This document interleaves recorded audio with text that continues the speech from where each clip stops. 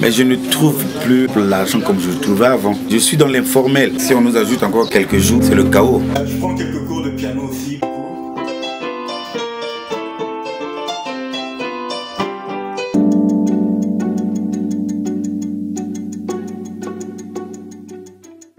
Armel Moufieri, diplômé sans emploi, à Brazzaville, à Bakongo. Je suis Junior Massamba, je suis agent administratif dans une société de la place. Je suis marié, père de 2 enfants, Nissi a 6 ans et Jiré a 4 ans. Alors, je vis à Pointe-Noire, quartier Siafoumou. Est-ce que le confinement est respecté dans ton quartier? Vous sortez dans la rue, vous allez voir comme s'il n'y a pas de confinement. Vous allez autour des marchés, c'est comme s'il n'y a pas de confinement. Il n'est pas respecté à 100%, mais il est un peu respecté. Avec l'appui des autorités, un peu de force. Même dans la maison, on entend des cris dehors, genre la vie de tous les jours, des gens qui passent, il y en a qui chantent. Donc je suppose que la vie, elle est restée normale dans notre quartier. Quels sont les problèmes que tu rencontres dans ton quotidien en étant confiné? Par exemple, vous êtes en train de suivre la télé, coupure d'électricité, coupure de distribution d'eau, voilà. Je suis à Siafoumou, mais j'avoue que l'électricité, c'est un vrai casse-tête. J'ai beau avoir fait des provisions, j'en ai mis au congélateur, j'en ai mis au frigo. Si je n'ai pas de l'électricité, la nourriture, elle va pourrir, si vous me permettez le terme. J'en ai fait les frais. On est obligé souvent d'allumer le groupe et c'est mon stock de carburant que j'avais prévu qui est en train de s'épuiser à une vitesse V. Donc pour moi, le confinement, il est juste difficile à vivre dans le contexte dans lequel nous sommes. D'autre part, si je peux répondre à la place de certains, il y en a qui, pour vivre, ils doivent sortir et avoir de quoi manger. Qu'est-ce qui te manque le plus pendant le confinement? Mais je ne trouve plus l'argent comme je le trouvais avant. Je suis dans l'informel. Je peux être à la maison quand on me dit par exemple les nouvelles assiettes qui sont sorties chez les Chinois. Je vais acheter, je vais revendre dans le quartier et j'ai un petit bénéfice. Je n'exerce plus en fait ces genres d'activités. Donc je suis déboussolé. La liberté. Quand je sortirai, je crois qu'il y aura de quoi chanter. Libéré des livres. Comment est ta vie en ce moment? Comment occupes-tu tes journées? Ma vie en ce moment, elle est comme tout le monde, hein. Un peu stressée parce que vu le confinement, il faut avoir une réserve d'aliments à la maison. Même si vous avez cette réserve-là, posez la question, le confinement va durer combien de jours? Vous avez prévu peut-être 30 cas. Si on nous ajoute encore quelques jours, ça c'est le chaos. Quand j'occupe mes journées, j'aide madame à faire la cuisine. Je l'aide aussi à mettre les petits gâteaux qu'elle fabrique.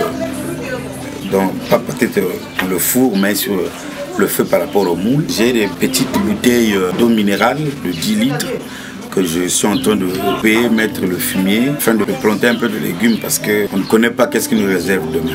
Donc je suis vraiment occupé, pour ça je suis occupé. Les journées ressemblent à des rediffusions. On essaie de créer quelque chose pour tuer l'ennui. Sinon ce sera la prise du poids. Ça m'arrive de lire mais pas comme actuellement. Du coup ça fait le livre que je suis en train de lire. J'ai ma corde à sauter, donc un peu de sport pour se maintenir en forme. Je pratique aussi un peu. Voilà, je suis pas professionnel. Je prends quelques cours de piano aussi.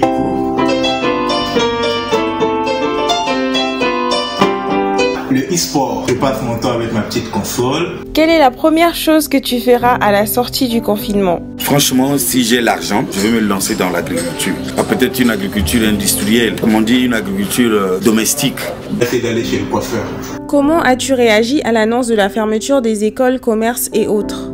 Pour l'école, c'est une déception. Il y a des enfants qui ont passé les examens et quand on a coupé, du coup, ça finit aussi l'élan des enfants. Ils ne savent pas jusqu'à quand ils vont répondre l'école. La déception totale. Les boutiques sont fermées, que voulez-vous? Bon, déjà pour les écoles, j'ai des enfants comme je viens de le dire. On ne savait pas qui est-ce qui pouvait contaminer les autres, donc moi je m'étais déjà préparé et cette nouvelle était tombée à pic.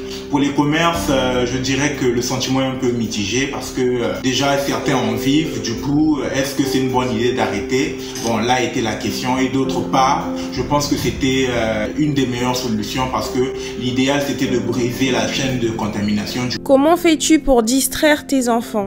C'est vrai que je suis un peu comique.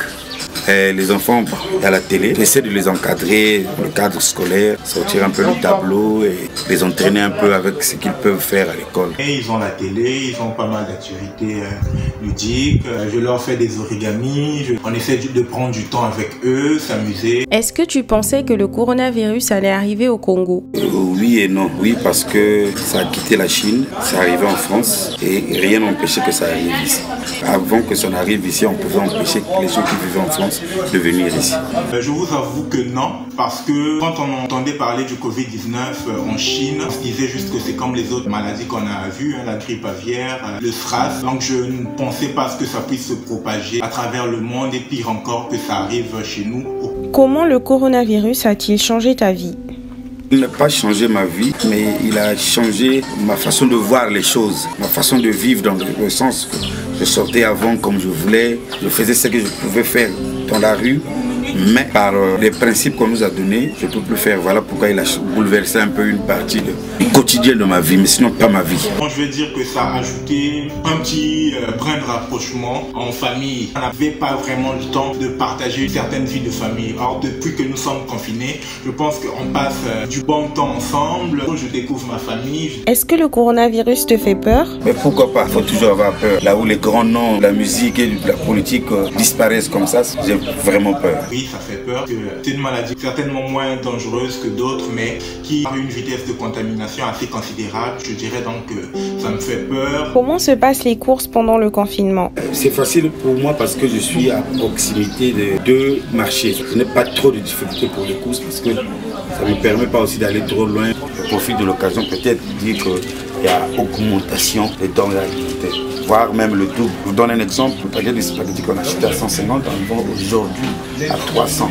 La veille du confinement, j'ai eu à faire des courses. Déjà là, on sent la flambée des prix des denrées alimentaires. D'ailleurs, même on a vu un décret ministériel circuler. Les directeurs commerciaux devraient réguler les prix des denrées dans les marchés. Comment ta routine boulot a changé ? Le télétravail a déjà été mis en place. Du coup, quand il y a certaines réunions à faire, il y a des outils pour ça. Je continue à travailler depuis la maison. Trouves-tu un effet positif au confinement ?